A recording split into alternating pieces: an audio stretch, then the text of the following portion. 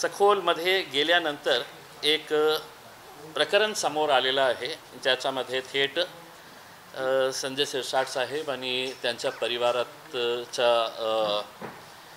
प्रकरण आहे. काय आहे की आमचे खासदार साहेब जे आहे ते दारूची दुकानं उघडत आहे, अनेक दुकानं त्यांनी उघडले.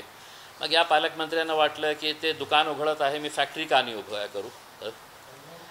तर MIDC शेंद्रामध्ये त्यांनी जागा घेतली आणि तिथे ते आपलं आता ते काय काय तयार करणार आहे. कारण मी दारू पीत नाही, दारूच्या विरोधात आहे, तर मला जास्त काही याच्या बाबतीत माहीत नाही. त्यांनी हे समजावून सांगावं की त्यांनी जे लँड घेतलेला आहे शेंद्रा 5 स्टार इंडस्ट्रियल झोनमध्ये, त्यांनी 21,275 स्क्वेअर मीटर्स लँड घेतलेली आहे. ते बहुतेक मला असं वाटतं की 5 एकरच्या जवळ लँड आहे, जे त्यांना देण्यात आलेली आहे. त्यांना म्हणजे त्यांच्या मुलाला सिद्धांत संजय शिरसाट यांना ते लँड देण्यात आलेली आहे MIDC कडून. आणि ते काय for setting up industrial unit for manufacturing of chemicals for absolute alcohol, rectified spirit and extra neutral alcohol. बहुतेक आपण ही दारू पिणारे नसेल तर आपल्याला हे माहीत नाही आहे. हां, तर हे लँड त्यांनी घेतलेली आहे. किती रुपयाला, तर 6,09,40,200 हे लँड त्यांनी घेतलेली आहे. आता लँड घेतली, इंडस्ट्री स्टार्ट करत आहे, काहीही त्याच्यामध्ये आक्षेप होऊ शकत नाही, कोणीही ते करू शकतं. पण इंटरेस्टिंग गोष्ट हे आहे की हे जे लँड त्यांनी घेतलेली आहे ते MIDC शेंद्राने ते लँडला ट्रक टर्मिनससाठी रिझर्व केलं होतं. ते ट्रक टर्मिनससाठी रिझर्व लँड होती, त्याला रिझर्व करून ते शिरसाट साहेबांना देण्यात आलेलं आहे.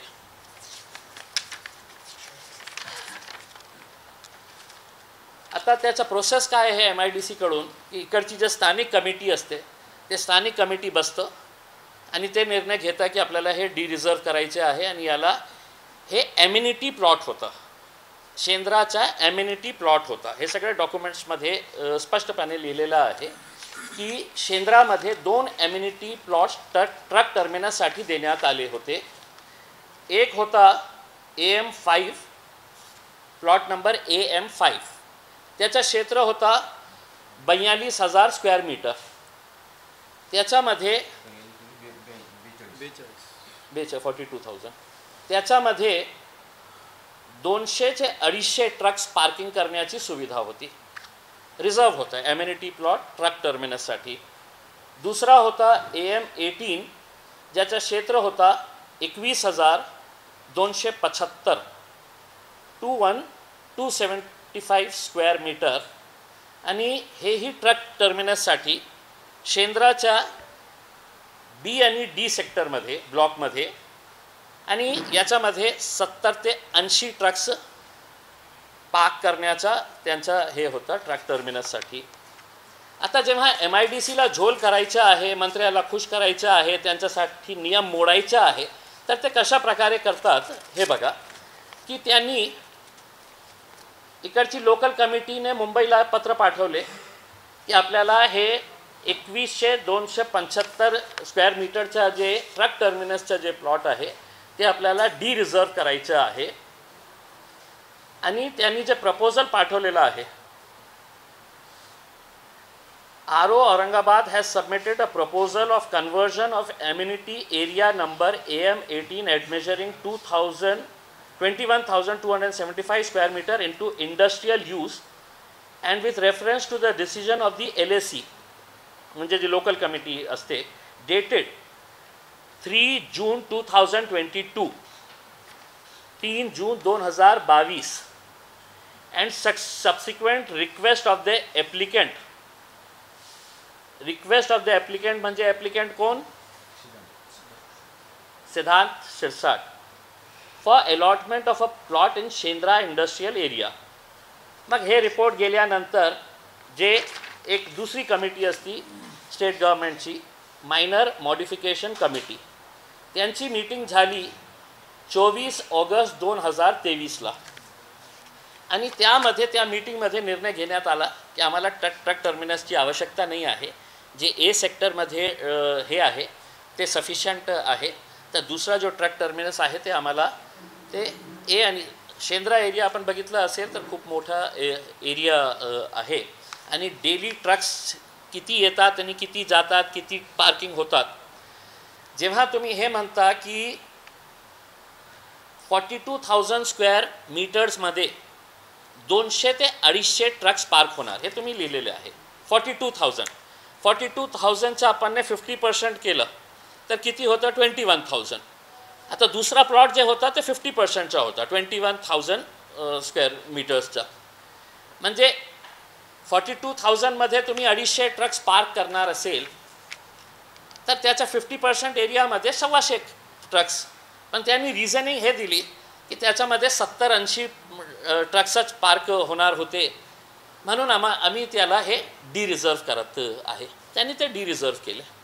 आता कोणत्या आधारावर हे केलं की त्यांना फक्त एक रिझनिंग द्यायची होती की या 21,000मध्ये फक्त 70-80 ट्रक्सच्या पार्किंग होते, म्हणून आम्हाला हे ते डी रिझर्व करायचं आहे. ठीक आहे, ते त्यांनी पास केलं. पास केल्यानंतर आता इंटरेस्टिंग प्रामाणिक इच्छा आहे की आपण याच्या बाबतीत लक्ष घातलं. 2023मध्ये ऑगस्टमध्ये हे डी रिझर्व झालं.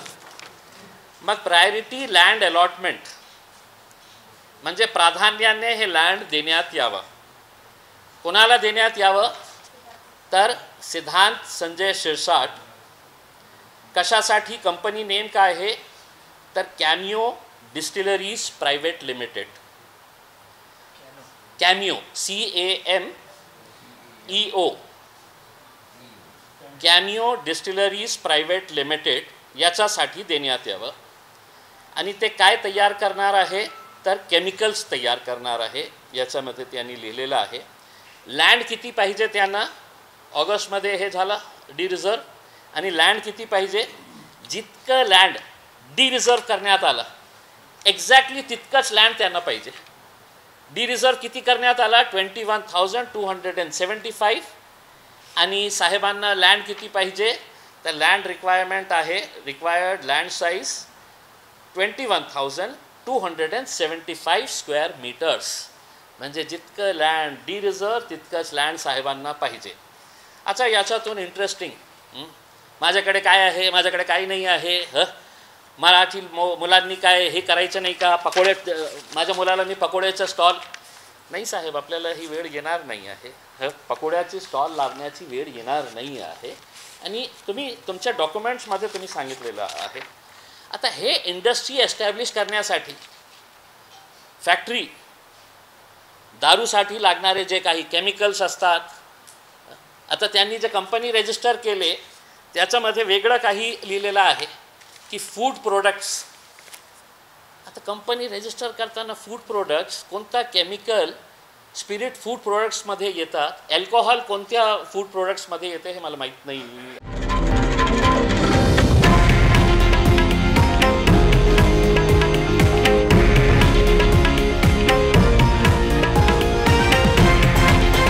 हे आहे देशातील नंबर 1 न्यूज नेटवर्क आणि आपण पाहत आहात TV9 मराठी, एकमेव.